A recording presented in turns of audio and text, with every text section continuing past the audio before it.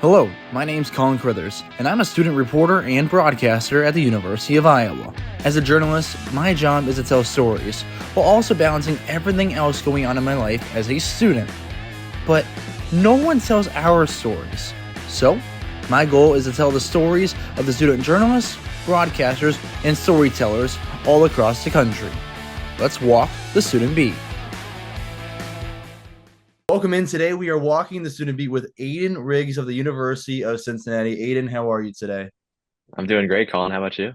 I am pretty good. I know when we're recording this is a little ways out, but when this will be uploaded and posted, it'll be the 4th of July. So this is my Independence Day edition, I guess. So happy 4th to anyone celebrating. But we're here to celebrate you, Aidan, and student journalism. So first, tell me a little bit of your background, the basics about yourself, and some of the journalistic outlets you have worked with. Yeah, so my name's Aidan Riggs. I'm originally from Louisville, Kentucky. I started out back here at St. Xavier High School in Louisville doing some journalism stuff here. Did some stuff with a couple of our local sports teams and a couple of our local celebrities in a way that you could call it, internet stars in a way. Did some with some TikTok people who are pretty famous here. That's how I really got involved though with journalism. Then I got to Cincinnati, got heavily involved with Bearcat media up there. We're one of the student media outlets up there. My main thing now is play-by-play up there as I'm the sports director for Bearcat media. We do everything though journalistic that you can think of. We send people to every on-campus game that we've got. We only missed about 2 games last year, and they all were around Christmas because no one was really on campus around that time. So we make a big deal of covering every single Cincinnati thing that we can. So nowadays too, I'm doing stuff with Louisville City FC, local soccer team here in Louisville, and then I've done some stuff with Racing Louisville as well, the NWSL. So trying to get as much as I can and just having fun with it all. Keep that schedule filled up. Absolutely. I was just telling you a second ago. I like that mindset, keeping my schedule filled with something Oh to yeah. do. But before we talk about some of those things that you just mentioned, I think when I grow up and everything, and I think back to that, and I'm writing down like the teacher's like, all right, what do you want to be when you grow up? I write about 19 different things, and then I eventually now in the journalistic route. So, what was it for you that put you down this path? I had a lot of people that I was connected to that were kind of involved with media in general. I knew a couple people that were heavily involved with sports as well. It was just kind of always a thing in the back of my mind. Once I got to high school and I got to kind of get my hands on it, I was like, "Ooh, this is something I could see myself doing." And then once I got to college, I really got opened up to a bunch of different angles on it. And broadcast was something I'd always been kind of curious about. Once I really got involved with it and tested it out, I was like, "Yeah, this is something I want to continue to do." And now that I've had just a bunch of opportunities come up, I've just fallen in love with it and kept going. But as you said, I went through a bunch of different phases. I'm on my second major too in college, so I really was all over the place. Kind of third if you count the one that I was originally applying for in Cincy too. But it just takes time. I had to figure out what I wanted to do, and now I feel like I'm on a pretty good track. Talk to me about the different majors real quick. Like, what were you originally in for, and what was it that you decided to switch with? Wait till you hear this one that I first started off with. But I originally applied to Cincinnati for neuroscience because I don't know what was in my mind, but I wanted to be a doctor of some kind. And then I got about a month out from school and I was like, yeah, I don't want to take biology for 4 years. So then I ended up switching over to communications, thinking there were so many ways I could take it. And then after about a year in communications, I got in touch with the people in the media production department. And they said, hey, you think we'd be a great fit for what we're trying to do? Because we've got a sports media track that's really starting to build up. I ended up switching over then after my freshman year. And now I just spent my sophomore year in there. Bearcast is involved with media production. The big thing we've got with media production, though, is our direct contact with ESPN Plus on campus. So we've got classes where we've got guys that work everything in the control room. And this past year, we did lacrosse broadcast where we had students broadcasters as well. Everything we did on that was student run. There was some capstones for some seniors as well. So media production is where I'm at now. But as you can see, I took a wild route to get here to where I wanted to be, though. So You've probably touched a lot more corners of campus than a lot of other students have. I keep myself I, about I have. on one corner, but oh, you've been all around the block. But then you're now sitting with Bearcat Media. So give me a little bit more look at what that is specifically in your role. Is there? Is it like a class or is it a club? What is it? Yeah, so Bearcast Media is a student organization where we handle everything media you can think of. Our main thing is just getting people in the sports department. We want to give people their first look into whatever sports media they want to do. Our main thing, of course, is sending people to each event we have and doing those radio broadcasts on our YouTube channel. We can do everything from soccer, lacrosse to football to basketball. Anything that's on campus, we're going to be at. We're also going to have a photographer at every single one. And as I said, our main thing is getting people who might not have any experience, get them their first reps they can. Anyone who wants to try out, we're going to get them involved. We had up to around 13 guys call games last year for us. And then we had so many photographers, I couldn't even give you a number because we were getting sending people. If they even had touched a camera before, we were going to get them at a game to get some experience in. So our whole role is just getting people as much reps as they can. We want to build people portfolios so that when jobs might arise that they can get a chance at doing, they have something to give to those employers just to have an idea of what they can do. So that's our main thing. We also do journalism for some stuff too. Guys can come in, they can write about whatever they'd like, whether it's sports or not. Bearcast is very diverse whenever you can do. We've got a music department. That's actually the main thing of Bearcast since we're the student radio station. We're heavily involved with the music scene in Cincinnati. We've also got video. We can do anything else that you can think of too. So we're heavily involved on campus and anything you can think of. My whole thing is sports though.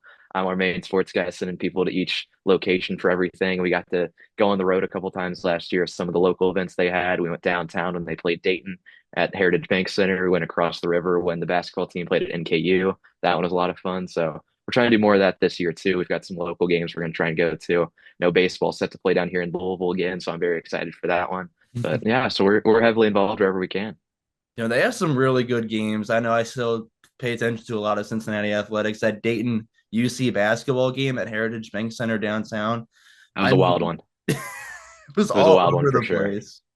It was a eventful game for the whole story of their basketball season last year was eventful games that weren't high scoring. I mean, they didn't have an amazing offense, but they were entertaining games, and that one was the true example of that. So I felt like there was a million things that happened that first half, and I look at the scoreboard, and it's 2020. Like there was no points scored, but it was as eventful as it could be.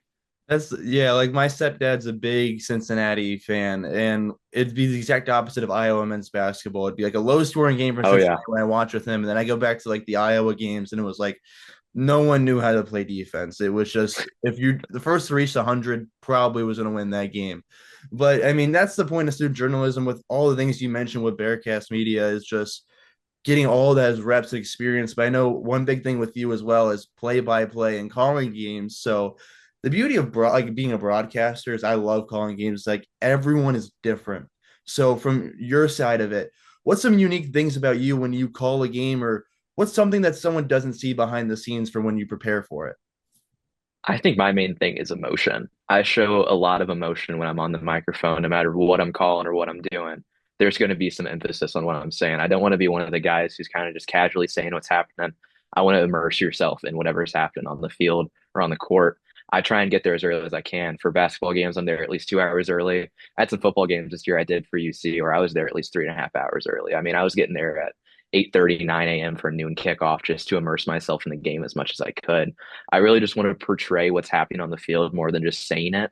I want people to be able to feel that emotion and what's happening. It's where even there's people who might listen to lost one of my AirPods there listening to the stadium and they can feel that emotion as well. I just want people to think that they're there with the crowd as well. So I think that's one of the things that really stands out with me. Absolutely. Is there a game in specific, like maybe one of your favorites that you've called that stands out to you? Oh, this is a tough one. So when it comes to Cincinnati, the one that stands out to me is Arizona State football this past year Mm. because we were one of the only wins that, or one of the only losses that Arizona State had when they came across country for our homecoming game. It was noon kickoff. Me and my fellow sports director Chase Yance were calling that game. It was homecoming, so there was a homecoming parade that started at 6 a.m. We got up and we went to it to feel all the energy at that parade, and then went straight to Nippert to get ready for the game. We were on the field pregame. We were really close to Cam Scadaboo when he was warming up. That was an awesome thing to see before he really got all of his hype going down the Heisman train and everything when he ended up being one of the finalists. But it was just an awesome experience to feel that. Another one, now that I'm doing games with Louisville City and Racing Louisville, Racing Louisville played against Gotham FC about a couple weeks ago, and I got the special chance to do that game. And Gotham is qualified for the Women's World Cup or Women's Club World Cup that's coming up in a couple years. And there were some big name players in that. And it was when I was looking and preparing for that game, they had women that were playing for Real Madrid and Liverpool and Bayern Munich and these huge names in Europe. And I'm like, wow, I'm actually calling a game where players that have played at that high level are now playing. It was just a real moment where I was like, wow, kind of made it here to a spot where I really want to be. So that's really cool and stuck with me as well. Absolutely. That sounds like a really good experience. And I mean, we mentioned it, I think, earlier is that you're living down in Louisville as well. You went to Louisville State next, correct? I did go to Louisville Saint, actually played you and Elder a lot of times in Yes. football too. I don't know if you remember that, but I was gonna say, for those that might be listening, might not understand, I've had this a few times where it's like, all right, I go to Elder High School, and the person I'm talking to went to one of the other GCL schools. You went to a school down in Louisville, but we played each other a lot, especially in football. So still very familiar with each other's schools. But being down in Louisville, you mentioned raising Louisville and Louisville FC. Just want to just talk to me about those experiences. How did you land those, and what's it like getting the call games down there? it's an awesome experience. These are two professional sports teams we've got. Racing Louisville, of course, plays in the top level of women's soccer. Then Louisville City FC plays in the second division of men's soccer in the United States. And it was something that kind of came accidentally to me. It was it was the beginning of last school year. I was posting that I was doing some Cincinnati women's soccer games on the radio. And I posted that I was at a Louisville City game too, just as a fan, just in the stands on Twitter. And I got a message from their communications director on a random, like, I want to say it was like a Tuesday afternoon. They had a game Friday, and he said, "Hey, we're in kind of a pinch. We don't have a guy to call the game on Friday. Could you come up or come down and call the game real fast just to help us out?" I immediately said yes, didn't even think about it, cleared my schedule, made sure I was going to be there. It was an awesome experience. I loved it. And actually, the day after, I drove back for another noon kickoff when we played Pittsburgh in football. So did a cool back to back with that one. But it was kind of just accidentally. Then they reached out to me again at the beginning of this year and said, "Hey, we're looking for a guy to do a bunch of our games." Again, I immediately said yes. I was not going to hesitate on this. It was such a big opportunity. And now I've kind of gotten to the point where if they're going to give me a game, I'm going to say yes. It's such an amazing opportunity. I can't pass on it. It's one of the special things about being here in Louisville, too, that there is a lot more sports here than people think. I got to do a special thing with the Kentucky Derby about a month or so ago. I was part of their communications team. I was in the winner's circle after each race, and I was talking to the jockeys that might have won and some of the trainers as well. So I got to experience the network with a lot of people in the media landscape. Marty Smith is one that came to mind. Got to talk to him for a good 10 to 15 minutes. But Louisville's a bigger sports place than people realize. Racing Louisville and Louisville City are examples that I'm also wearing this PGA Championship jacket from when it was here in Valhalla last year as well. There's a lot of opportunities, and you just always got to say yes to those. You never know what it's going to take you. That first Louisville City game I did really shows that. Now I'm being their main guy, doing every game they've got in the radio. I'm going to do that throughout October and hopefully make a deep run to the playoffs in November as well. So Yeah, I mean, those are a lot of really cool experiences. I've always known that with Cincinnati, they make a lot of really cool connections. But I want to ask about raising Louisville real quick because you've seen both the men's side and now the women's side as well. And it's such a growing, like, professional league. What are some things that you notice that are different about calling that sport and being involved with such a major league? the thing that's special about soccer specifically, and this kind of correlates to both of them, on the radio is not an easy task by any means. Because soccer on the radio, there's not many field markers that you can point out, so you have to be very descriptive on where in the field they are. Louisville City is on the left side, pushing into the attacking third, something like that. It's not quite like in football where there's a 15-yard line that you can say they're going across, or in basketball they're outside the arc or something like that. Soccer is very unique in that way. The thing that I think has been really special with specifically doing some of the women's games is, like I mentioned earlier, the huge names that are involved in it. You've got players that people don't really realize these are some of the top 20 teams in the world playing here in the US and the NWSL. Players coming over from Europe to play in this league is really special. And it's a great opportunity for people to see some of the top sports in the world here in a city like Louisville. Cincinnati was trying to get an NWSL team. I was really sad they didn't get it because I know Caitlin Clark was actually involved with that ownership group. I'm still holding hope that they do get it down the road. But it's a great opportunity. You mentioned women's sports are really building up. See what the WNBA is doing. Even in college women's sports, you mentioned the Iowa women's basketball team and the impact they've had. We're really excited for Cincinnati's women's team this next year. We've got a great recruiting class. They were top 10 in the nation. Katrina Merriweather is putting together a great squad. The Alexander is one of the top 5 recruits in the nation from the Cincinnati area, and they got her to commit there. I'm really excited to call some of their games next year for Bearcats, but women's sports are on the rise, and I've really been excited that with Racing Louisville, I could be involved with it somehow because it's a great game to call. The energy in those games is very special as well because you can feel it on the field. It's got a little bit extra pace compared to some of the other games I've done. You can tell it's a top level league because of that. No, I mean, being involved with some of that growth just feels incredible. Yeah, you mentioned the Caitlin Clark thing with the ownership group. I was very surprised at first by that, but was excited because I was like, Cincinnati, really? Like, all right, come on. Like, be connected to my hometown as well. But I mean, with all the things you're doing there, I kind of want to go back to the winner circle for the Derby. And you mentioned talking to some of the jockeys that may have won. Was that like interviews for social media or just conversations to set up for something else? What exactly did that look like? So my exact title is I was the Churchill Downs notes team. So I was working with their communications department directly. My brother-in-law is actually their head of communications there at Churchill, and he knew that I wanted to get involved somehow. Horse racing is not necessarily my thing because I'm not very familiar with it, but as most people probably aren't. But an opportunity like that, I just can't pass up. My exact role is I was going to go in to the winner's circle and talk to the jockeys and the winning trainers after the race, get quotes that we would put in the press releases. So I'd get everything that you could think of. I would just take my phone, I would record it, ask as many questions as I could. Some of the big jockeys like Jose Ortiz were one of the big guys I got a couple times. Bob Baffert, I got to interview one time as well. It was a big name you might have heard of before. Brad Cox, I got right after the Kentucky Oaks as well, which is the fillies, which are the female horses running their version of the Derby the day before. That was an awesome experience. But, just getting involved as much as I can and getting exposed to different areas of journalism as much as I can, especially when I'm 20 years old, getting to an event like the Kentucky Derby where NBC is covering it. You've got outlets from all over the country coming into Louisville. I'm getting that same experience as they can, just getting it as involved as I can be is really awesome and really enjoyed it. It's really stuck with me. It was a fun experience that I keep talking about all the time I can because it was so much fun.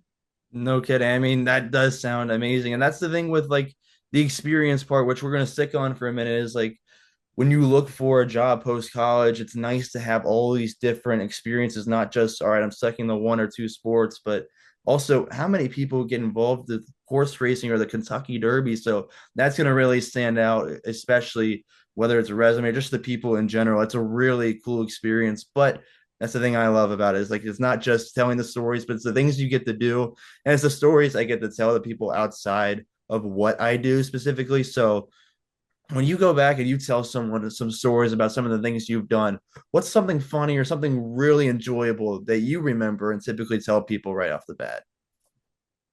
Ooh, this is an interesting one. The There's a couple games where we had some of the fun moments I've had just going with the team to places. The football team played at Miami of Ohio this past year. We got to go there, and I've got a ton of friends that go there. So one of the special things that got to happen was we were walking around the field pregame, and I hear my name being yelled from the student section in Miami, and it's a bunch of my friends from back here in Louisville that hadn't seen me in over a year, and I'm wearing a full suit on the sideline. They're just yelling stuff at me, messing with me. It's the people that I get to meet and some people who might not have been aware that this is what I'm doing that I'm now getting to see when I'm traveling around. I think of the people who didn't know I was doing Louisville City until I posted a couple clips from doing that. And I'm getting texts from random people saying, "Hey man, how are you doing this? Like, how did you get to a professional league already when you're 20 years old?" It's just showing people that like, hey, these jobs are there. There's other people who I've met now too that want to get involved and didn't realize how easy you can get involved with places like Bearcat at UC, everything that you're doing in Iowa, and just so easy to get involved and get your first foot in the door. And I've also had kids that come actually from St. X that have seen what I'm doing. And I've got a kid that's coming up to Cincinnati because he wants to do the same things that I got involved with. He was doing some things down here and he wants to keep doing what I'm doing in Cincinnati. So I think it's just those connections I've made with people who I'm either meeting for the first time in the industry or even people that I've known that weren't really aware that this is what I'm doing and they're seeing everywhere I've gone. I think those are some of the coolest moments that really stuck with me. Yeah, I mean, start the broadcast pipeline from St. X down there up to Cincinnati, take over Bearcat Media. Why not? Why not, Why, right? why not? Why not? Aren't they with that Miami Cincinnati rivalry though? I just got to check. Aren't they discontinuing that for football? So there will not be the game next year, and then they're going to play one more in 27 at Paycor downtown Cincinnati, and then that's going to be the last battle for the Bell. So got to make sure they win that one so the Bell stays at Cincy. But yeah, I'm disappointed it's going away. It's definitely a move that Cincinnati doesn't want to have to play a home and home as a Big 12 team with a MAC school. But I kind of wish that they found a way to keep it alive in some way. But we'll see what happens. Never Yeah, know. it does feel very unfortunate. It's one of those things that with like college football changing, it's kind of weird. It's like, all right, you want to play the opponents that'll help you like down the stretch when it might be close to getting a playoff spot, but also rivalries are fun. You want your fans to be happy They and are. have fun with it. I know, like, I had a few friends who were on the Bearcat football team this year, and they were like, this is one of the more fun games to play in all year, despite them being a MAC school. And I mean, Action's fun, right? Who doesn't love action? Who doesn't love action? It's peak football. Like there's nothing like a Tuesday night in Akron, Ohio, where it's 30 degrees. There's nothing like it. It gets me through the week sometimes when I'm sitting there, I'm in the studio and I'm like, I need something to watch. And it's Tuesday night, get some, Toledo versus Bowling Green or something. Exactly. One of my roommates who does some of the games with me, he is a huge Bowling Green fan, and Bowling Green's actually coming to Cincinnati this year to play a non-con game. And I already told him, you're doing that game no matter what. He's going to be on that call just so he can experience action. So it's a special thing for sure. And I'm just, but you mentioned Miami. I'm really disappointed that that rivalry is going away.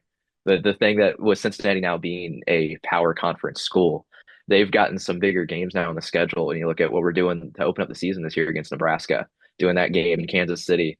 We're gonna try our best to get there. We're hoping that we can make the road trip out there to call that game at Arrowhead.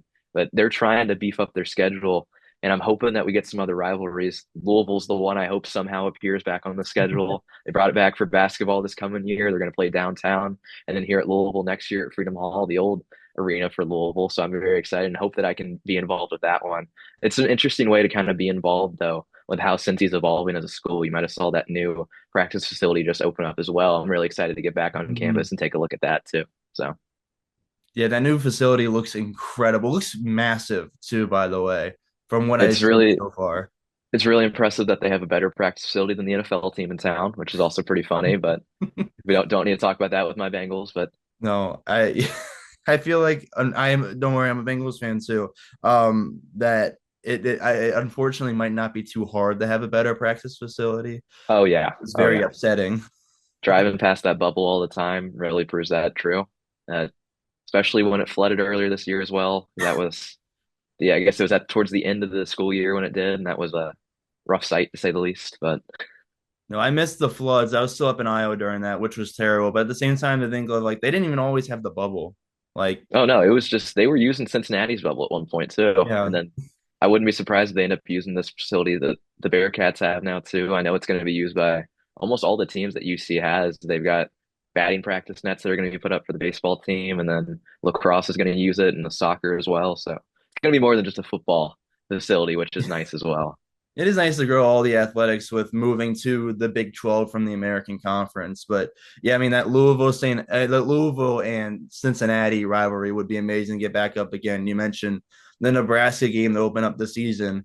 I know I can and I'm supposed to be unbiased at all times, but also as an Iowa fan and being from Cincinnati, please beat Nebraska. It's so much, we are big rivals with them up at Iowa, but that'd be a cool game to get out to. I know you mentioned trying to get there. So what about some other places you guys have traveled? Because that's a nice opportunity with student journalism. Where are some cool places you've been able to go and either call a game or write about, or what are some of your favorite travel experiences?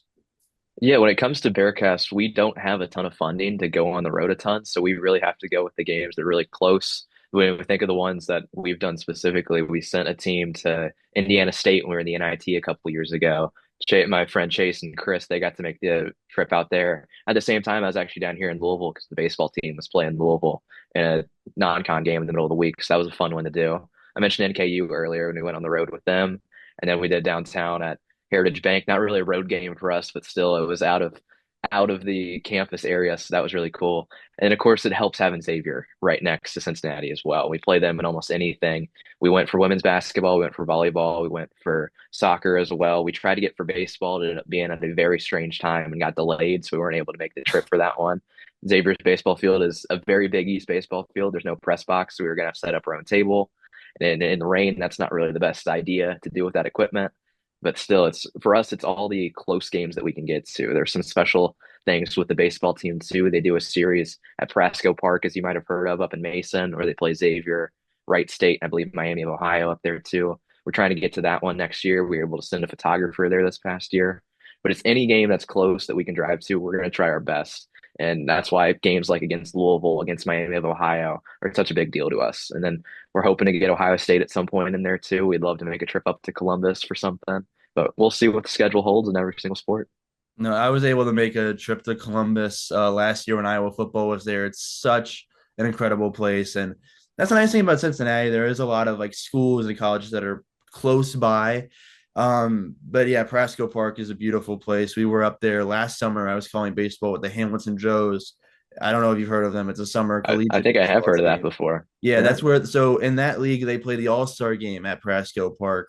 So I was up there calling games last summer. But you mentioned the perfect segue was Xavier and the Oh yeah. crosstown shootout. There's no way we can get through this without mentioning that. So I think growing up here, I've seen it from a fan's perspective, and people can see it probably a little bit from a player's perspective. It's just a lot of pure hatred. But from a broadcaster or journalist perspective, how does it change when you're at that game working it? So that's one of the games I'm most looking forward to this upcoming year because we're going to Xavier. It was at Fifth Third this past year on campus. One of the craziest atmospheres I've ever been a part of. I mean, you could feel the energy throughout the entire place. I had a couple of my friends were calling the game, so I was there in the meet in a kind of press row area with another one of my friends, just watching the game, kind of tweeting things out as we went along.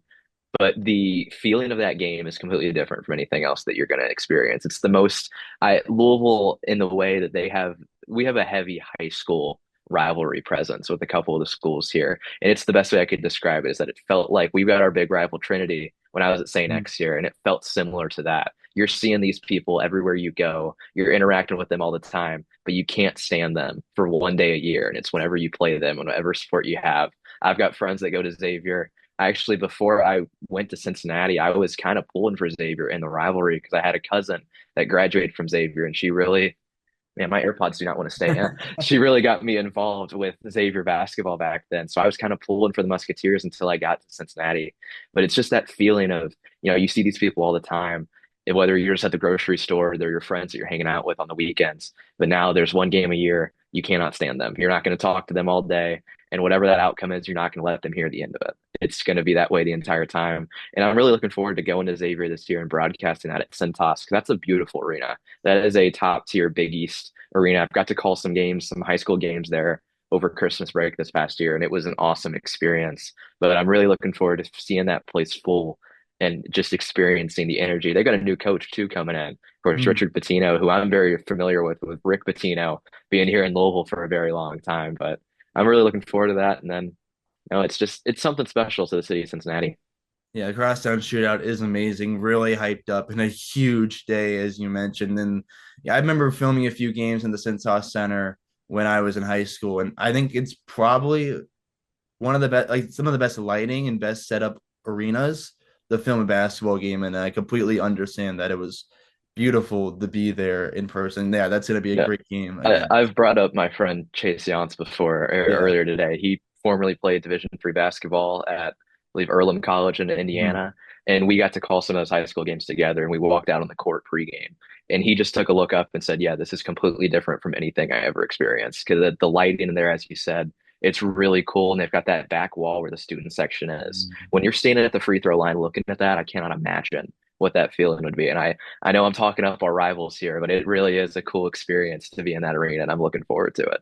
How about that? We'll just keep it. We're talking up their arena, maybe not the rival, right? Maybe we'll just say Yeah, that. there you go, there you Okay, go. we'll go with that. But I guess now with the idea of what we're doing here is student journalism is something that sometimes people might just look past a few times or think, oh, you're just there for the experience and learning. But where you're doing this right now, you're living through it. When you, from your perspective, and when you tell someone this, why is student journalism so important for people to pay attention to? I think that's what I said earlier, is just getting your foot in the door. You got to figure out a way to get involved, and student journalism is the easiest way to do that. The easiest way to get your name out there. I've met so many people just from going to these games, introducing myself to some of the guys who do it full time, and I've gotten some special opportunities doing that. And I think a big thing is just getting your name involved. I've post everything I do, whether it's on Twitter, Instagram. I'm trying to get more involved in LinkedIn as well. I'm still easing my way into that one, but I'm figuring out how to post there, but I'm just putting my name out there. It's you got to figure out a way to get involved somehow. And student journalism is the easiest way to do it. With what we do at Bearcats, we're going to take anyone who wants to try. You're going to get an opportunity. We can't guarantee you're going to be on the biggest game we have of the year, but you're going to be involved in somehow, whether you're a freshman or if you're a fourth year that just wants to do it for fun. We're going to find a way to get you on a game, get you on the mic. You can write for us if you want. We're going to get you on the field taking photos if you like as well. We're going to figure out a way to get everyone involved. Just get your foot in the door. Figure out a way for you to get your name out there for people to see.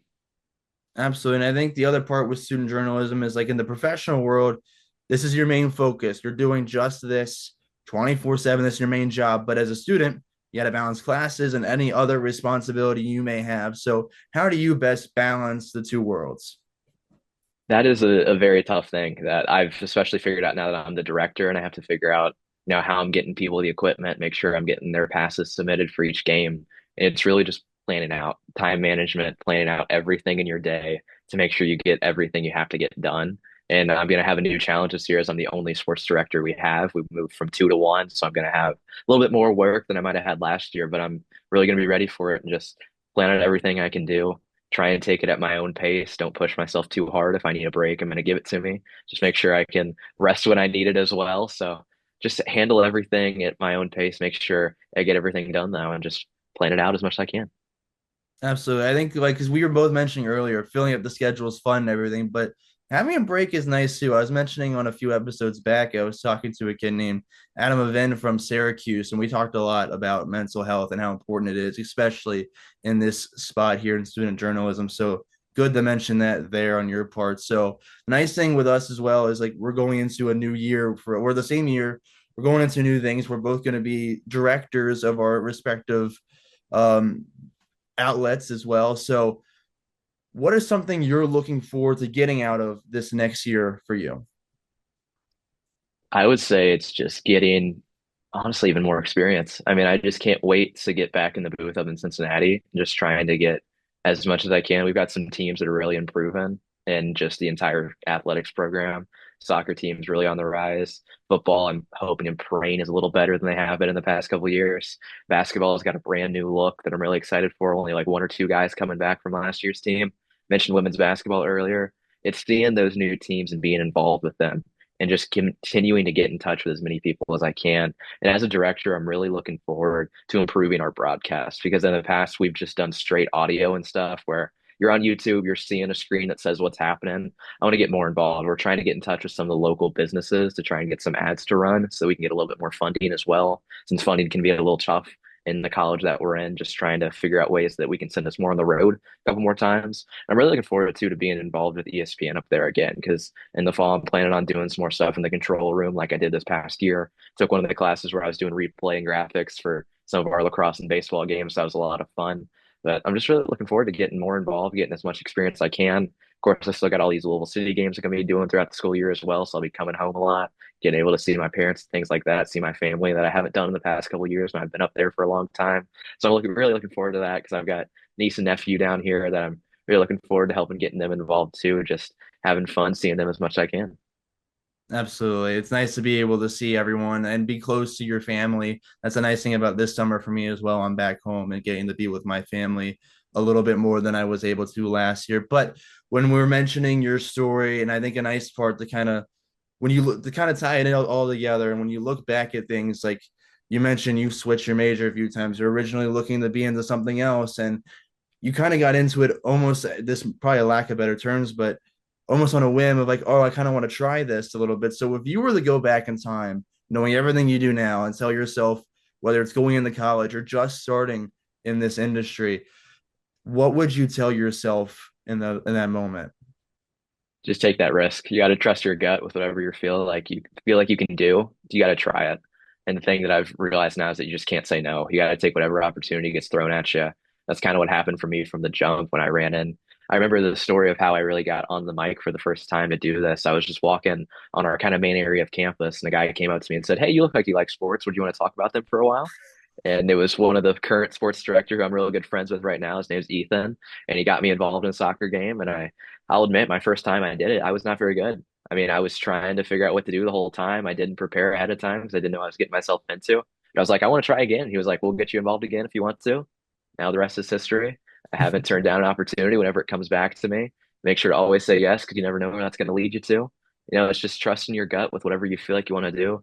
Make sure you're having fun too. That's the main thing. I always make sure that every single game I do, even if the team ends up just not doing great that you're pulling for, that you're commentating the game for, you got to make sure that it's entertaining, that you're having fun doing it. Because if you're not having fun doing it, you're doing the wrong thing. Because I've met a lot of people who are in this industry that say, hey, I'm just not having fun doing it anymore, and they want to move to other places to try out other things. And you just got to trust your gut with whatever it's telling you. Figure out a way to enjoy yourself while you're doing it and don't make it feel like a task that you're doing every day. They say with the job, you got to feel like you're not even working whenever you're doing it. And whenever I'm on the mic, it really doesn't feel like I'm working, especially when I'm doing these games for Louisville City and racing. And even when I'm doing all those games in Cincinnati, have as much fun as I can, make sure I'm enjoying it. I always trust my gut with whatever area I feel like I need to go into at that point. Absolutely. It is a lot of fun what we do, and that's a really good words for yourself. I wish I probably would have heard that more when I was starting as well. It's just go for it, pretty much, because I was very reserved when I first started as well. So I guess my one last thing here before we go is you mentioned connections are always huge, networking, and well, here's an opportunity for you right here. Go ahead and plug anything you want for people to take a look at after they've listened to this.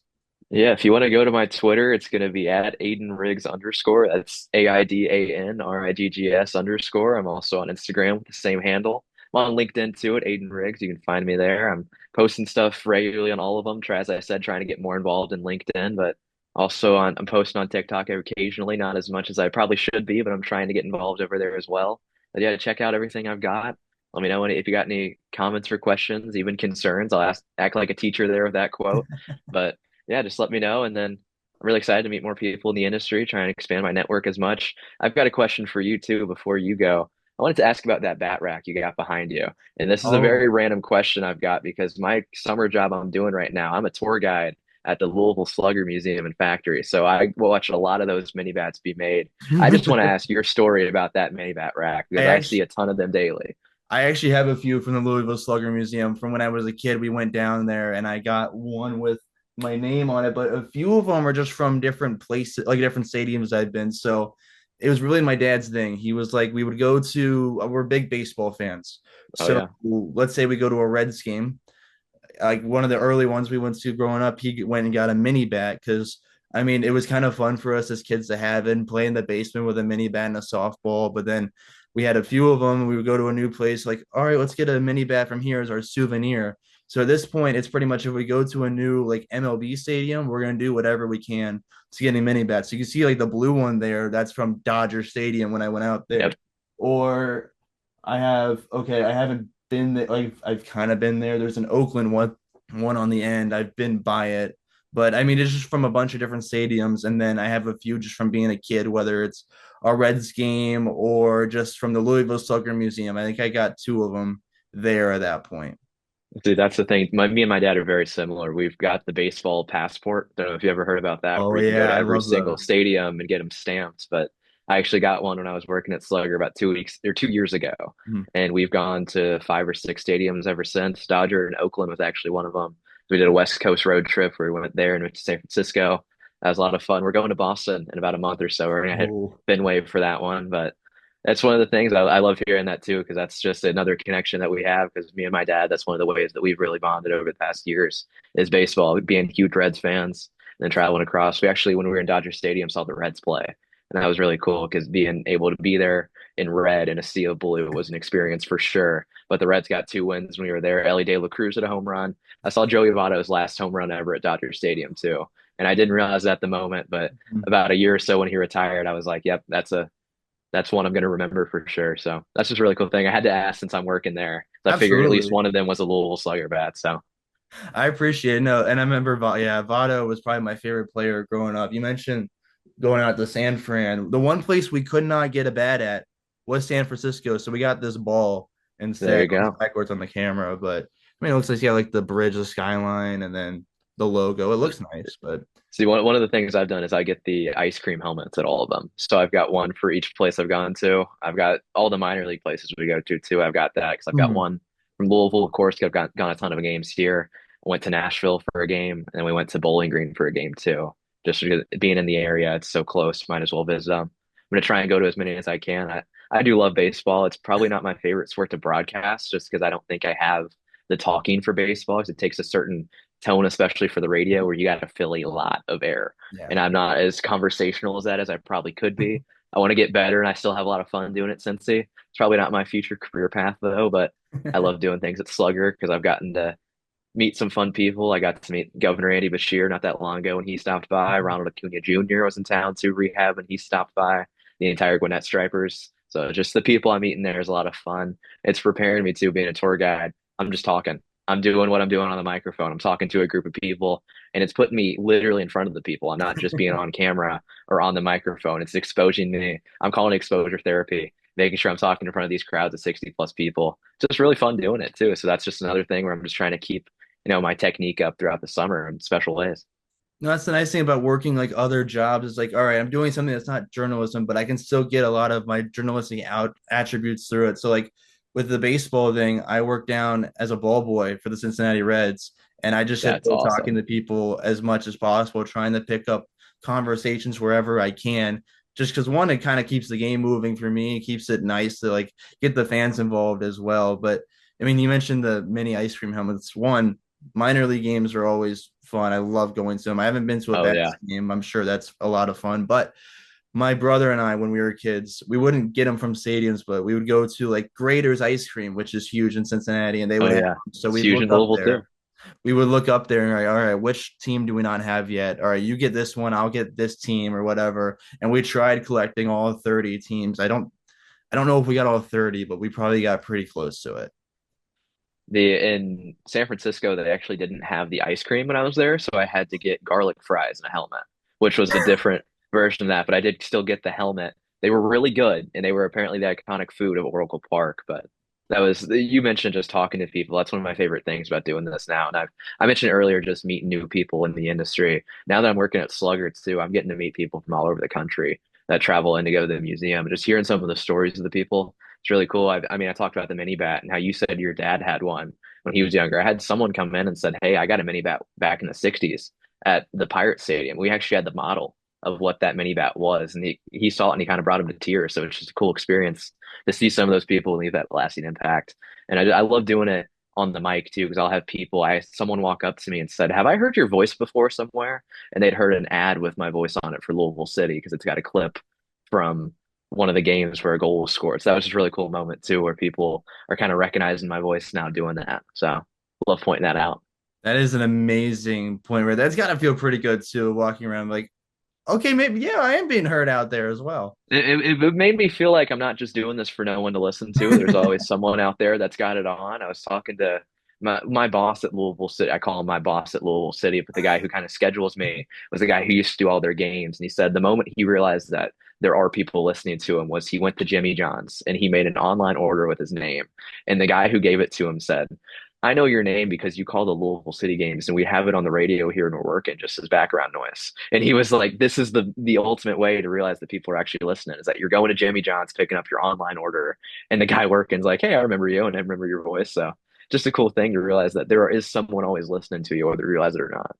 Oh yeah, and it's nice to be connected to the community as well. Just knowing that that impact is there is really, really awesome. Yeah, I mean it's a special thing for sure, and I'm loving doing it in Cincinnati too, just meeting the people because there's some guys that work full time for some of the outlets up there that used to work for Bearcast actually. So it's cool to see how they've taken everything they did with Bearcast and kind of steamrolled it into whatever they're going to do for a local outlet of some kind. We got guys with the local TV stations up there, and I see it with all of our guys too. I mentioned we got like 13 guys that would have called games last year. We've got guys that are spread out across the country right now doing stuff in the summer. I mean, we've got guys in North Carolina calling games for some baseball teams out there. Got guys in Cleveland that are doing soccer up there too. We've got Cincinnati people doing soccer. Also got some guys at some local stations up in Cincy. It's just really cool, especially since I'm the director that's scheduling all of them to see where they're going and seeing how Bearcast is just getting all over the place. So we're loving kind of seeing where everyone goes. I always tell people if you got a feeling for it, you got to apply. And you never know what's going to happen. That actually paid off for a couple of the guys going to North Carolina. We got a guy too. One of our old directors is now the secondary guy for the Florence Yalls up there in Northern Kentucky. So that's a big one for us that we love to shout out too. So love seeing where all the guys are going and the impact they're having all over. That's ones you have to shout. It's a really fun minor. It's independent league, but it's a really fun It minor is. league team. They do a really good job down there with the Florence Yellows, and of course, who doesn't love the water tower mascot? I love explaining that Exactly. to people that don't It's know. kind of terrifying if not ready for it, but I love going past it every time I'm going to Cincinnati. And I always joke about it with my girlfriend too. I think she's tired of me always saying Florence y'all in a Southern accent whenever we drive past it, but I've But got you to do have to. it just because it's Kentucky. I mean, I have to. You have to. I feel like it's just you have to say it when you drive by it. I don't think I've ever drove by it and not said it. It's the Exactly. same I as mean, like when I drive north on 75. Do you know about Big Butter Jesus?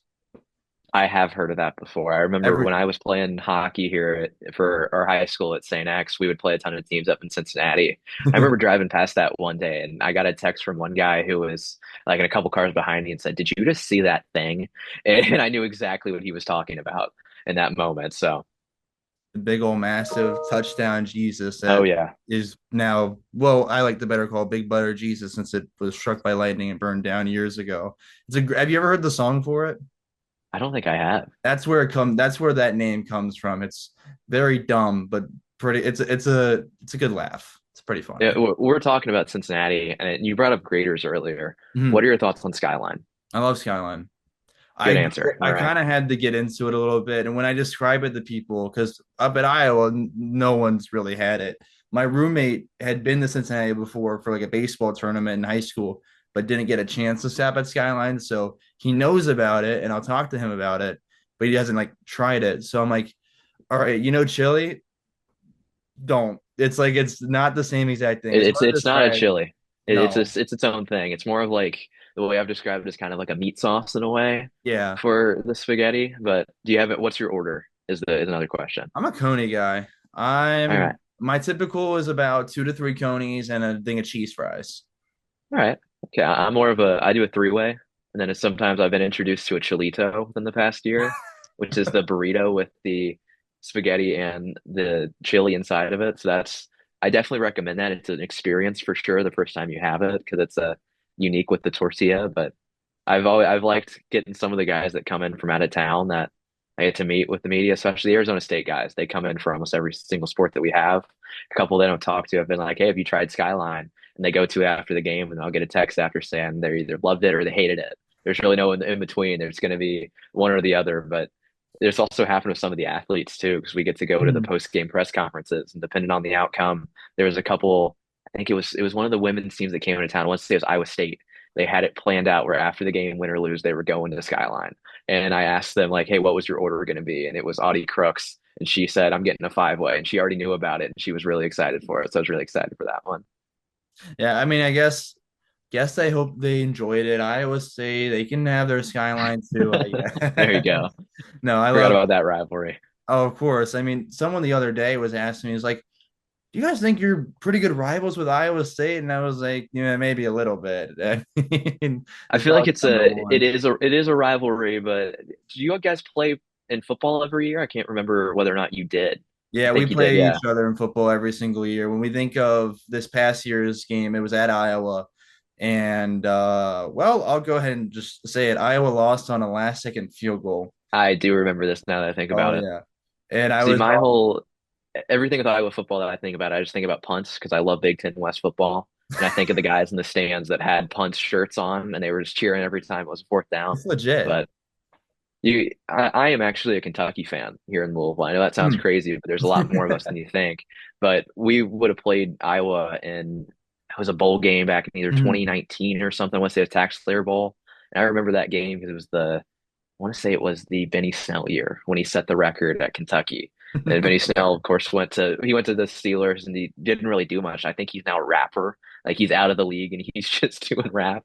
But it was one of the most memorable games I have because it was the most bowl game ever. You got two random state schools going up against each other. And it was a memorable one for sure.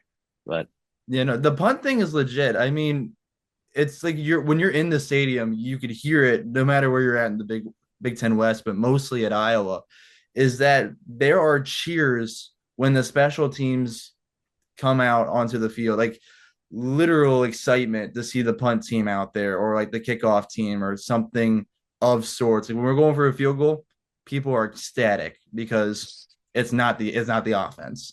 the special team school. I It mean, is a that's the special best way to team. put it. I mean, it's unique in that way, and it's memorable. I apologize for some of those offenses you had to watch throughout the past couple of years, but hey, I mean, they're a fun team defensively. Cooper DeJean, got to bring him up with the Yeah. legend that he was. But I mean, We've not lived much through else I can say about Iowa football. I mean, it. it's a It's a You special summed team for you sure. summed it up perfectly. When people are like, "Oh, like the outside view, you only see so much." Like, "Oh, all I really know is like the defense," and I'm like, "Nope." You summed it up pretty much as everyone who watched it each week does. You know everything about Iowa football at this point. It's the special teams, it's the defense, and then you don't talk about the offense much. But Oh, they're supposed to improve that offense this year. They're the only program in college football right now running the Kyle Shanahan offense. Like they're trying really, it new. It's going to be the second year of it. And they're getting like, I don't know if you've seen this at all, but they got a quarterback transfer from South Dakota State who's supposed to be pretty good. I feel like I So do if they have remember any seeing that year to somewhere. be, yeah, they have any year to be decent at least in off on the offensive side of the ball. This would probably be the year, but at the same time, it's Iowa and it's offense. They don't mesh well, so I'm not holding my hopes up very high yet. You asked me this question earlier. Do you have a favorite game that you called just in general, whether it's Iowa or anything else you've done? Oh, one of my favorites. I think two of them because the nice part is I can keep this general. I was once back at Elder talking to a class there because after I left 2 years late, like I guess this past year was their first year, they had a broadcasting class. So I Yeah. never been a part of it. I went back to talk to him and some kid asked, but for Big Ten Plus specifically. So I was like, oh, because you only get so many games. So now I can mention on the radio, one of my favorites was Iowa men's basketball played Northwestern for the Big Ten season opener this past year. And we won off a buzzer beater. Josh Dix was one of our best players past year, shooting guard, and we were up all I was up all game, and they blew the leads to Northwestern pretty bad, and Northwestern's leading for the majority of the back half of the second, and it was about zero point 0.8 seconds on the clock after Iowa called a timeout, couldn't get anything offensively. Catch and shoot from deep, like Caitlin Clark range. Josh Dix fires it away, and I didn't have much prepared for it. I just went for it with the moment and got the call, the buzzer beater there. That was probably one of my favorites I've called. Another one I would say was the season opener for men's basketball was, and I mentioned that because I got the call with a guy named Jess Settles, who was a former player at Iowa. So he comes back and helps out as a color commentator. So getting the call with him when a professional was a really cool experience. That's one of the special things I've got to do with both Louisville City and Racing Louisville. So I've gotten some former players for both. Whether I've got my main color woman for Louisville City used to play for the University of Louisville, and the stuff that she knows is outrageous. And another guy that I got to do with it was a former Louisville City player, and he's got these crazy stories from when he was in the league. And just to hear some of those things that he has to say, and to hear the way that they look at the game compared to the average fan, because this guy, when they're at halftime, he's like, oh yeah, they got to change that defensive scheme. They've got to move him over here and they've got to send him up the wing. And I'm like, how is your brain thinking that? Like how do you think that while you're watching this? But it's just really impressive because I mentioned Chase a couple times. I'll bring him up again, how he played D3. When I'm doing basketball games with him, the way that he sees it is completely different from how another fan's going to do it. Or another guy like me who doesn't have that experience at that same level. Only thing that I could do it with would maybe be hockey since I played there. But even then, I was a goalie, so like I wasn't out on the that end of the ice to be able to see how that was working. But that's one of my favorite parts is learning from the people that you're calling the games with, especially those guys who have played professionally and know what they're talking about. I mean, that's just one of my favorite parts. Oh, it makes those broadcasts feel so, I don't want to say seamless, but it just really, really smooth. And Yeah, they oh, I flow love it so when, perfectly. oh, I I know. mean, And it's the pace is amazing. great. It really is. I mean, I love one of my favorite things too is that when it comes to radio, I love throwing it to color. I probably throw it to color a lot more often than people might usually because I think that the color provides so much more when it comes to telling why things are happening.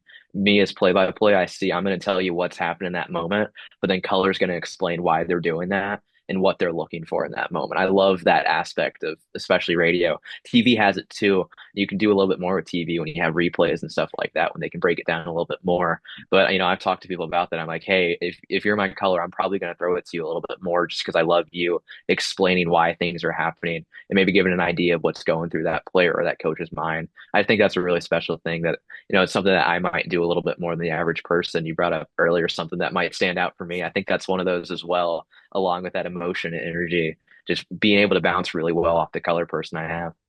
Yeah, I think that's a nice. I like even just listening is hearing some explanation. So that's a really cool part of your broadcast. And I mean, from what we do up at Iowa, I'll do a lot of play-by-play, but I'll also do a lot of color for all the sports as well. So one, it's kind of fun. I'm thinking, all right, what would I explain in this moment? What am I seeing out there? But also, when I then go do play-by-play, I understand better. All right, what is the better spot to throw to color? When do they need a moment? When should I let them breathe and everything? So it's nice to see both sides of it, as well as, I mean, you mentioned doing production work with ESPN Plus. It's nice to on a broadcast. All right, I know how to call a game, but I also know what's going on behind the scenes and what they're looking at for this side of the broadcast of what they want to work in now. No, definitely. I mean, that's definitely 100% with what I was doing, replaying graphics, especially because, the guys love to bounce off of whatever we're showing. If I can cook up a graphic real fast that gives something of what's going on and have the guy want to put it up, it's a great feeling there, knowing that you kind of got that guy's back and having that idea there. Because when I was doing lacrosse games, I don't really know a ton about lacrosse, and I was having to do color for some of those, and I really was comparing it to both hockey and soccer, since I know so much more about those sports, but having the people in the control room who've got your back with things like graphics or replays, like it was a great feeling to be able to call for a replay on that last shot, be able to break it down with what I think the player's looking for. But as you said, just having each other's back in an entire production, that's a huge deal. And that's something that really is a big deal to us, especially in Cincinnati at ESPN Plus. So we're always bouncing off each other, making sure that everyone's ideas get heard, make sure everything that we have that we think can fit into the broadcast, make sure it gets in as much as we can because we want to improve it and make it as immersive as we can, especially since it's ESPN Plus. And a lot of people look over ESPN Plus games in that way, just like how, Big Ten Plus, it sometimes can get overlooked for the network games. These ESPN Plus broadcasts are still a big deal, especially to the players and the people watching. We want to make them as best as we can. No, it is so important to the players. I've gotten a lot to come up and say, yeah, we'll go back and watch for film the broadcast version of it instead of like any other version, which was Yeah. interesting at first, but then it made sense because they're listening to everything. They're seeing some other angles of stuff. So they'll watch the ESPN Plus or Big Ten Plus broadcasts as well. I learned that when I was interviewing one of Iowa men's basketball players. And he was like, yeah, I was going back. I was listening to a broadcast and I was like, oh God, please tell me it was all right because that was me on it. I was the one on play-by-play for it. I was like, please tell me it went all right. The thing that I've realized too, talking to some coaches, is that they listen to the announcer and that they will listen to both the color and the play-by-play guy. And they sometimes I've had one coach tell me the color person saw something that they never saw and ended up changing their scheme in the next game. And it's just an interesting thing because that you truly are involved with the game when you're on that broadcast. And I know some people at Bellarmine, you might have heard here in Louisville, the college, they play in the ASUN, they're former Division II, now Division I.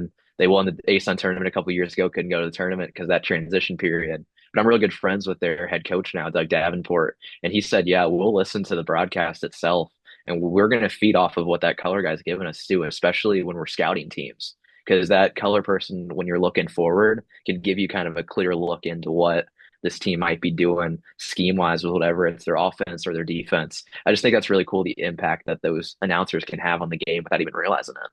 I think that's more impact than most people realize, maybe even more than I realize. That's really cool to hear there because, I mean, yeah, you truly are. People were like, all right, you're done with your playing days or you want to be involved in sports, but how much of an impact you have? No, it's legit. You are still involved to a very high level there. But I mean, when we talk about the production side of being on both of them, you mentioned cooking up some graphics. Is there a favorite one you brought up? Because I know the nice part with it is you can have some fun graphics in there as well. The one that came to my mind, Kansas State had I don't know what the term would be. I'd have to let me look up if I can find its Instagram. I want to say it was the turnover goat, where whenever they'd have a turnover for women's basketball, they would hold up this goat on the sidelines, and we had a graphic of this picture of this stuffed animal goat, and we put its Instagram on it, and the announcers just had a blast doing that, and we were showing it on air. We cooked it up in maybe like 10 minutes because we looked up a photo of it. It was one of them that's really stuck with me. And then there's just some other ones where we've got random things in there. We found a bunch of the baseball players' favorite foods and we were able to put them on like a breakdown because we had a mustache package at one point because there was a ton of mustaches in the crowd. And then we ended up finding the players' favorite foods. That was one of our more off the rails broadcasts, if you would, because I think it was a blowout. But I think of those moments too because I just had so much fun making all of those things. Just baseball, you've got a lot of creativity because it's a long game in college baseball. But even with basketball, we can show some creative flair, especially those women's games where it might not be the most highest scoring game. We want to make it as fun as possible, though. I'm gonna have to look up the turnover goat to see if I can find this, but it's a it was a fun one for sure when we were making that. Yeah, you're not just keeping the fans entertained. You got to keep yourself entertained back there too. Oh, yeah, exactly. I mean, you got to have fun with it. I've said that a couple times, but you got to have fun. I got to find this turnover go. I That can't was not remember what if I it was was. expecting. It might have honestly been the kill goat because in a kill, of course, when you get three straight stops on Mhm. defense, that's a kill. I know that it was a big deal for Xavier basketball. Actually, in the past, they put that stat on the scoreboard in the end zone underneath or above the student section. I want to say it might have been that. I can't remember specifically though, but it was a fun one for sure to see a goat just sitting on the sidelines. But I always just think of what was it? I got a friend that from Elder that went to Ball State and he was doing graphics once. That's why I always think about it. It was a graphic about one of their players' like height, and they just compared it to like the most random people they could think of. Like it was like, all right, here's this baseball player, here's this WWE wrestler, here's this act. I don't know. It was like a bunch of random stuff. And then they also did like a mustache thing as well. I'm like, all right, this mustache looks similar to this actor or something like that. And I was like, I don't know what we're doing, but it's pretty funny. I think it got onto some bigger like Twitter pages as like because it was early off season, like early non-conference games. So it was like you just got to fill space anywhere. there's one clip specifically from the baseball season that I remember, and it was a mess up that we had in the control room, but it was one of the best plays we had all season. And it ended up getting posted by both MLB and like ESPN because it was such a big play. It was Donovan Oh, Ford, who was our center fielder. You might remember this clip that I'm talking about, but our technical director at the time pressed the wrong camera and put the Bearcat's face up while the ball's in midair. And Donovan Ford makes this Willie Mays type catch in center field and it gets picked up by all these outlets, and all the comments are like, "Why are we showing the Bearcat mid play?" And it was just a perfect moment. But everyone's just dying laughing in the control room when it's going on because the clip ended up being really good too, and that was one of our special ones. It was all student run, so we didn't have anyone that's a full-time worker for ESPN on campus doing that, and it ended up going in the capstone of one of my friends up there, and she was really excited that the Bearcat still made it in on this huge play. So that's one of them I love bringing up too. Is just because it shows where we're able to laugh it off too when something bad happens there and ends up still being memorable. I remember seeing that. It's amazing because like the Bearcat pops up for maybe half a second and he's like Oh shaking yeah, his head, but you still see the play. And that oh play yeah. They was it almost yeah. seemed it was seemed in perfectly in a way where Mhm. it still was a mess up, but they were able to recover immediately.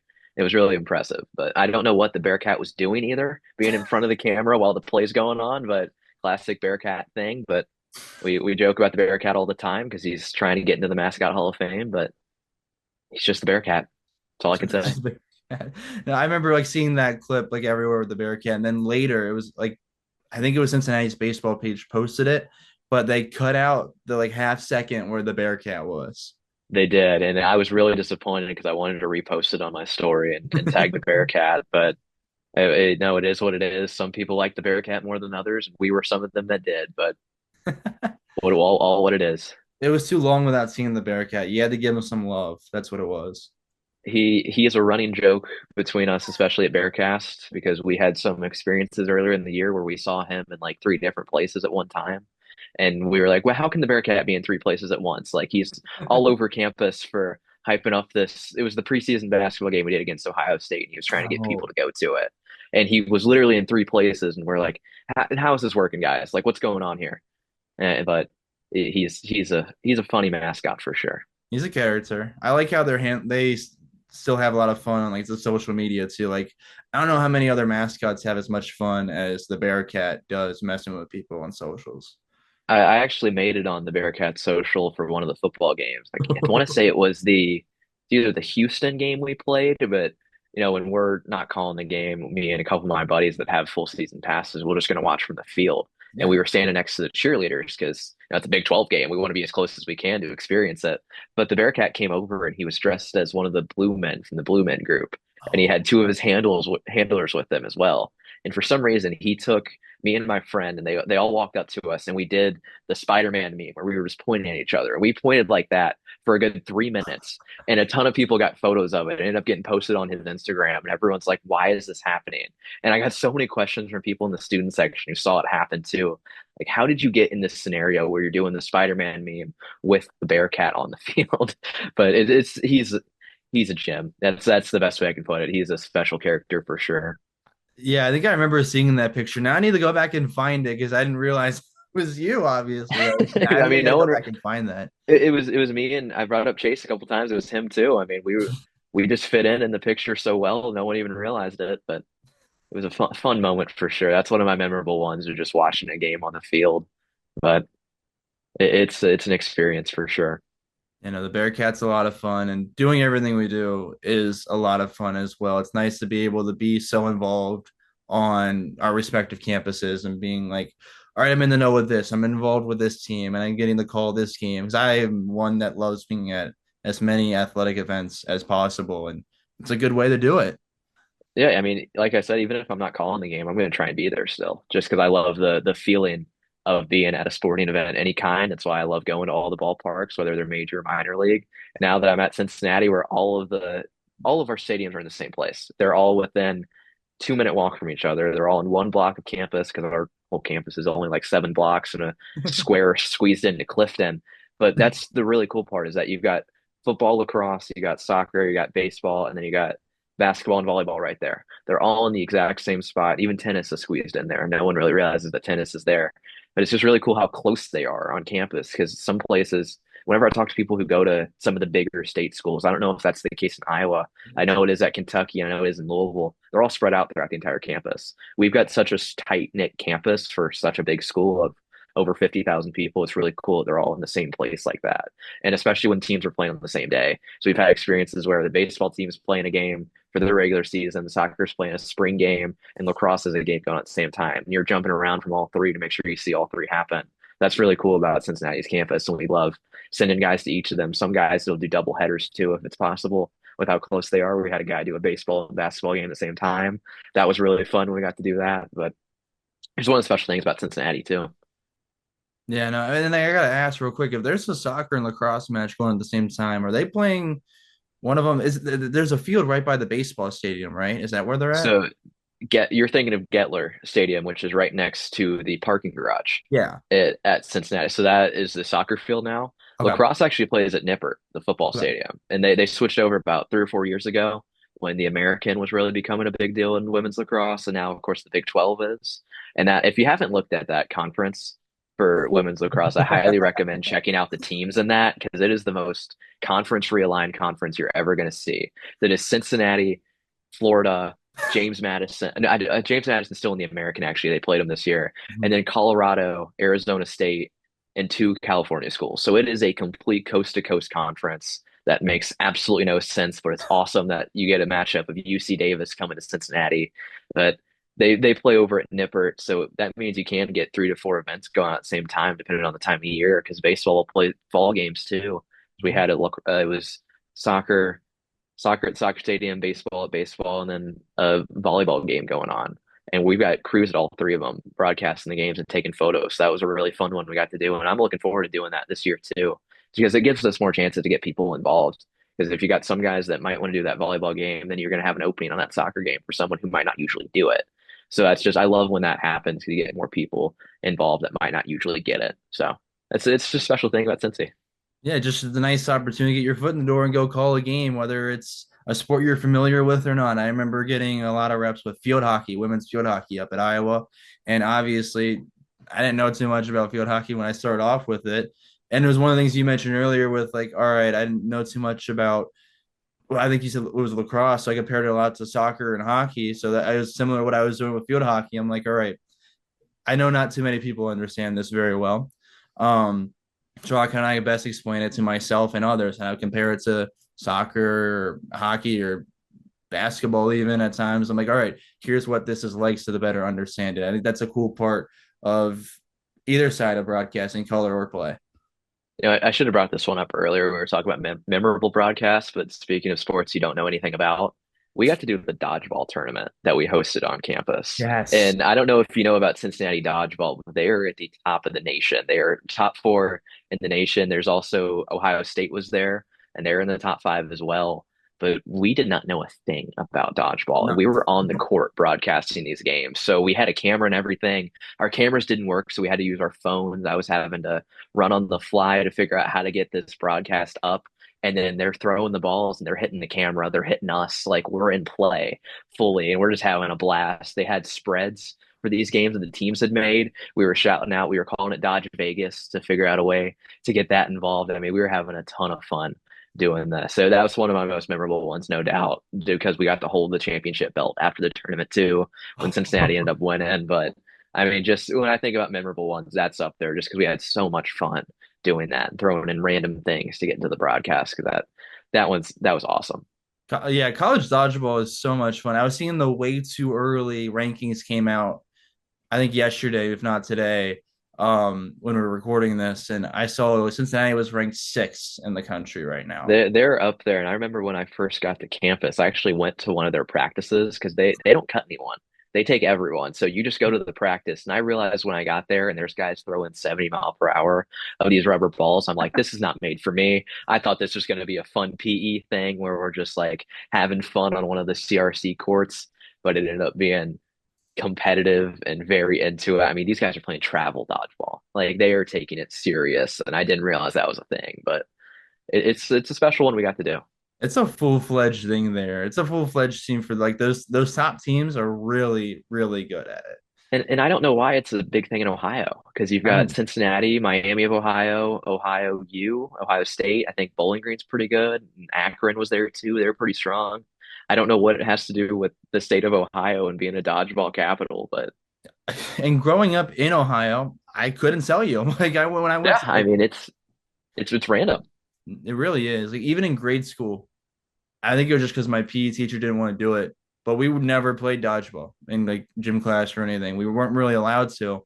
And I think it was mainly because my PE teacher just did not want to. But in the state of Ohio, like didn't play it, so didn't have too much interest. But when I was growing up, we would play it, but it wouldn't be called dodgeball. It would be called something else because I think that to my teachers, it had a very bad like idea of like, oh, it's Um, dangerous and things like that. So I think they gave it a different name and it wasn't as intense. But it's a different animal in Ohio, apparently. I mean, I don't know what the deal is, but I've had a ton of fun doing it in that way. So yeah, no, I couldn't give you an answer to that either. Might need to look into it, but that is something there with all the teams they have in Ohio being up there. It's a random hodgepodge of teams too. When you look at the top 25 for dodgeball, it's like, all right, we've got Cincinnati, Michigan State. Here's Akron and the MAC. Here's this one school who typically doesn't play D1 with anything there's else. Cleveland State's up there too, like just random ones like that too. I mean, I think NKU was one of them that was playing in that same tournament too, and I think maybe Indiana might have been there as well. I mean, it was a wild array of Youngstown teams. State there. They might have been. I don't I know remember that if they're. I felt like they might have been top 25. I know are ranked, and I want to say they were. It's 6 to 8 teams in a weird pool play that we did. Cincinnati ended up winning, but to get have the to hear the ball fly past my head when I've got the headset on, and then to see it take out my phone on the tripod the clip of it is hysterical because right when it happens, me and the guy I'm calling with are like, okay, stream's dead. We're done here. Like we had spent so much time trying to set this up, and they immediately hit the phone. Like, it was a rough sight, but we got it up and we got it running. Yeah, that's at least one of those broadcasts you can have a lot of fun with. Like, Oh sure, yeah. some games you want to take more serious, we still want to have fun with it. That one, let loose and just figure it out. Yeah, when we've got a basketball team that's coming in, I think of the what was it the Arizona game. That was one of the big ones we had. We brought Kansas to town too. Those are some of them. Okay, we're taking this as serious as we can because we want to get portfolio pieces. Yeah. Dodgeball, we do not care. We're gonna have fun with this. Like we're gonna get something that we can put in our portfolio for a fun reason. Oh Like yeah. that's gonna go in our reel and show some of the personality that we can show on the mic compared to as serious as we can when it comes to those basketball games. But it was something for sure. That's just when you remember what we do was fun. What we do, we can have a Exactly. lot of fun with. Absolutely. It's a fun experience. You got to have fun with it. I've said it a couple times. You just got to enjoy it. So that's what I like about being able to be involved with so many different sports. Maybe not dodgeball. I've heard rumors and seen some things that they might be trying to start dodgeball up at Iowa, but will not be anywhere close as the Ohio dodgeball teams of the world anytime soon. I'm really hoping we get to broadcast that tournament again next year. It sounds like the text I got the other day sounded like we're leaning towards it with who our guy is. So we'll keep an eye out for that one when it happens. Hopefully our stream is a little bit cleaner than it was last year, but we'll see. What about what time of the year is that again? Because I think now I need to schedule in watching dodgeball at It that would have point. happened I believe in October. It was the same day. Perfect. The fact I remember this is crazy, but it was the same day that Kentucky beat Ole Miss in football this past year because Yes. Kentucky should not have beat that game or won that game. But I was sitting there and I gave the headset to someone else because I was trying to watch it on my computer when I heard that they had the lead in the fourth quarter. And I remember just freaking out on the sidelines, like, "Oh my God, Kentucky just got a top 25 win. We're not going to win another game this year, but that's okay." And that's how Kentucky football is at this point. But I don't remember when that would have been, maybe around like week 5 or 6. Sounds So I want right. to say in Yeah. October, around that area. But and it's awesome. I highly recommend checking it out if you get the chance to around that time. But I mean, we were going from 9 to around 4, and there was games all day, and we were doing them all for fun too. But it was awesome. I'm putting that in my calendar now. I've got plans for October, and I'm watching dodgeball and football at the same time. I will be There you go. That screaming. YouTube TV split screen is going to be awesome. Oh my gosh, I love you, and I love how you can customize it now. I don't Yeah, know I if you have it wish or you could get not. an actual YouTube stream on there, but I don't think you could. But if you could, you could put some I dodgeball up wish. there. I don't know. I'll just set up like well, my computer and my TV, I guess, then, or wherever I'm at. I'll probably be in a studio somewhere. Let's be real. So I'll set up our like a monitor in one of our edit bays, and then my personal computer and watch instead of There you doing what I'm go. supposed to do. Get in your yearly dodgeball fix in that one day, and then you can watch the movie after. Oh, But it's a great movie. Okay. You know what? Actually, one thing I do is I'll like make a reference every now and then on a broadcast, and then I'll be like, all right, let's just have some fun. I'll be like, all right, do you know what I'm referencing? And a few of them have been from dodgeball. And I did the like most obvious one. I did like dodge, dip, dive, duck, and dodge. we Um, said that a ton of times doing that one too, and then I hit my color guy one time with the bold strategy there, Cotton. Let's see what happens because that's one of my favorite ones from that movie oh, too. I But I hit that one once, and I'll be like, all right, do you know what that's from? And like two or three times that I've done it and asked, they didn't know, and I was like, I like had to put my hands on my head. Like, what do you mean? Like, we haven't watched dodgeball. I had to make the recommendation live. I was like, all right, after this, go watch dodgeball. I I'm trying to think. We do the same thing where I'll throw in some random ones, especially on some of the not as high level broadcasts. If we're doing a non-conference women's basketball game, like I think it was Western Carolina was one of the teams we were playing. Like it was a true non-con game, and I threw some type of reference in there, and whoever my color person was just lost it because it was so funny. Can't remember what it was specifically, but I remember because it was one of the only games that she ended up doing for us because she tried it out just to see what she was doing, and she just thought it was hysterical, and she took the headset off because she was laughing so hard, but. That's And I awesome. mean, some of those are awesome though when you get them and they're really hit. But Oh, I think one of them that I kind of broke on. It wasn't me making the reference. It was one that I missed. Actually, it was I was calling with my one of my best friends, Brady Barron, up at Iowa, and he made a reference to John Gruden, and I didn't realize what he was saying at first. I was like, sure, and just went on with it because I was doing play by play. I was just like, I don't know what to say. But what I realized it wasn't from his show, it was from like a TikTok or something. So I had not a clue. And I was like, well, there's why. And at that point I like had to take a moment to laugh and then get back into the groove of things. But that's one that I missed. I don't remember exactly what he said, but I remember it was from Gruden. that's just perfect. To be John Gruden of all people too. It would be, yeah. As much With I probably everything wouldn't he's understand doing. many references from him, but Man, with everything he's doing, that's just perfect. no, it was a nice way to get me there on something after I got him on a few things as well. But I have probably taken plenty of your time. I appreciate you talking to me, and you have been incredible. Oh, I guess I got to say with the crosstown shootout, if you ever need a student manager to talk to, one of my best friends, Robbie Matthews, shout out to him. He's a student manager for the men's basketball team, but I also have to shout him out because he grew up a Xavier basketball fan. So now he's on the opposite side of the rivalry. So I got to, You'll have to tell him to look out for me then at all these games too. We'll have I will. to figure out that the student manager games are some of my favorite ones too because they're I I always love whenever managers play against each other there, just whatever school it is. There's some big rivalries that come out in that. I think Cincinnati actually won this year in Mhm. their matchup against them because we did go 3-0. We won the manager games, won the men and the women, and that was a huge deal because we hadn't done that in years. As you know, the men's team hadn't won in forever against the Mhm. Musketeers, but those I'll have to look out for them. We'll have to we want to cover that game if we could. That would be a really cool one to get involved with. I'll let him know. He'll be very down for that because he was involved in broadcast stuff with me when we were in high school as well. We were both behind the scenes always, but he would probably love that as well. So I'll If let he him could know. if he could get us involved, we'll do it. I mean, we've got a crew that could do it, and we could set up some cameras and get this thing rolling. And that'd be such a great game. I mean, the manager games are a lot of fun. So that would probably be one of the more fun ones, like dodgeball, for you to get the call. Oh, exactly. I mean, that's any of those obscure things that we can do just to add it to our portfolio to say we did it. Would be an awesome one. The more the merrier, right? Exactly. The more you can get, better you're going to get. Absolutely. Well, again, I really appreciate you joining me on this. You're amazing. You're great conversation. And of course, you're going to be great this upcoming year. I'll make sure to link everything I can for you.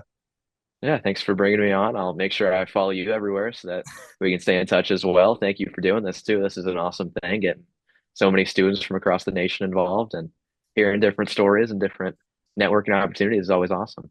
Thank you. I really appreciate it. We'll definitely stay in touch. And for everyone listening, enjoy the rest of your 4th of July. Thank you for listening to this episode, especially around this holiday. I hope you are or already have enjoyed all of your 4th of July celebrations. Aidan is going to be the voice to listen out for all of Cincinnati sports, whether it's from football and basketball to soccer and, of course, college dodgeball. And if you want to stay up to date with all upcoming episodes of The Student Beat, follow me on Twitter at C_Carithers33. We just walked the Student Beat. I'll see you next week for a brand new episode.